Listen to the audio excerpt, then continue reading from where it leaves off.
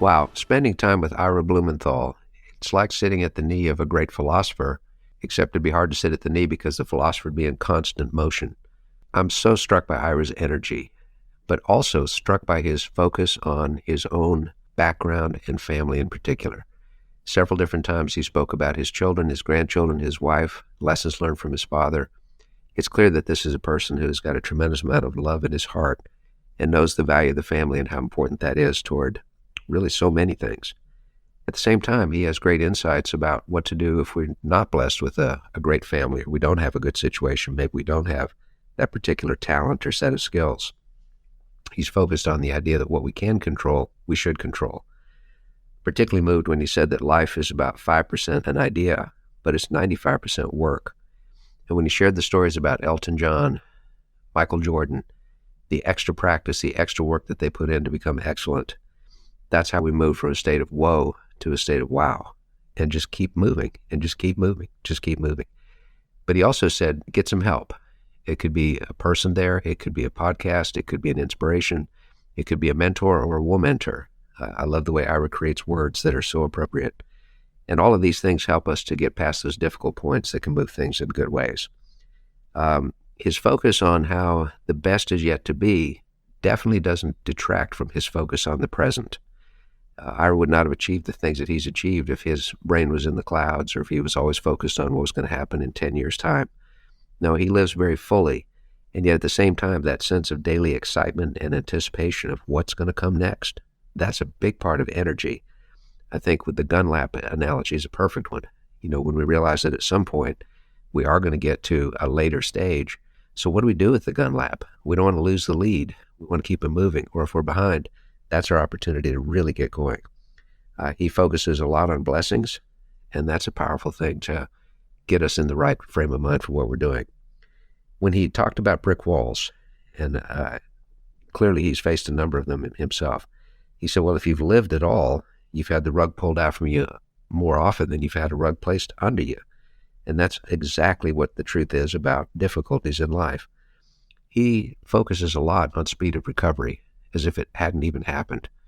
And it's so easy to dwell in the things that went wrong and to focus on them. But the faster we can get past that and realize that it's gone forever, the faster we can move forward in such a good way. His favorite poem is one that also is very meaningful to me, and that's The Person in the Glass, that we can stay focused if we look at that person in the mirror and that person says, you know, I think you did your best today. But if we're not honest with that person, then we're going to be in a bad shape. The question that Ira asks himself, could I have done a better job today, is a question that keeps a person growing and keeps him moving in such a good way. He talks a lot about work. Clearly, the work ethic, the focus on getting a lot done is a big part of self-motivation and keeping that going. And the Pat Summitt philosophies that he shared with us, make hard work your passion, not because work itself is the end result. It's the hard work gets us somewhere. And when we're passionate about the hard work, it moves us in the direction of the goal. And achieving a goal always makes us feel better. But if we're too focused on the goal itself and we don't focus on the hard work and the joy of the process, then we're not going to hit that goal. So one of the takeaways for me is stay focused on the process, keeping the head down, focus on the things that we can control, doing our best to influence the things we can influence, and just accepting that there's all kinds of things that don't fit in either of those categories. And with his sense of humor and his energy, it's really clear that Ira does that, and he focuses so much on good things. He talks about the Pat Summitt philosophy of discipline yourself so that no one else has to. That's the essence of self-motivation, and those things are what make a difference in everything that we do as we go forward. I'm looking forward to digging into the book because it really talks about how our best is next, that every one of us is going to get older, but as he puts it, that doesn't mean that we get old. And so if we can keep that focus on doing the best we can today with a sense of excitement and anticipation about what's to come in the future, then there's never a point where we have to slow down, and there's never a point when we have to just give up and say it's too late, because it's never too late, and that's the most important thing.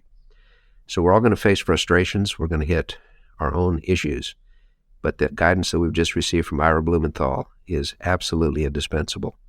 I plan to put it into action as soon as I finish this particular recording. Some things that need to happen, and I'm the one that can control getting them in the right place. How about for you? Are there some things that need to happen that you know you can impact, that you know you can control? I think it makes a lot of sense that we do those things. So it's been great to be with Ira Blumenthal today. It's been great to be with all of you. As always, we appreciate you listening and being a part of the Action Catalyst. Dan Moore. Till next time.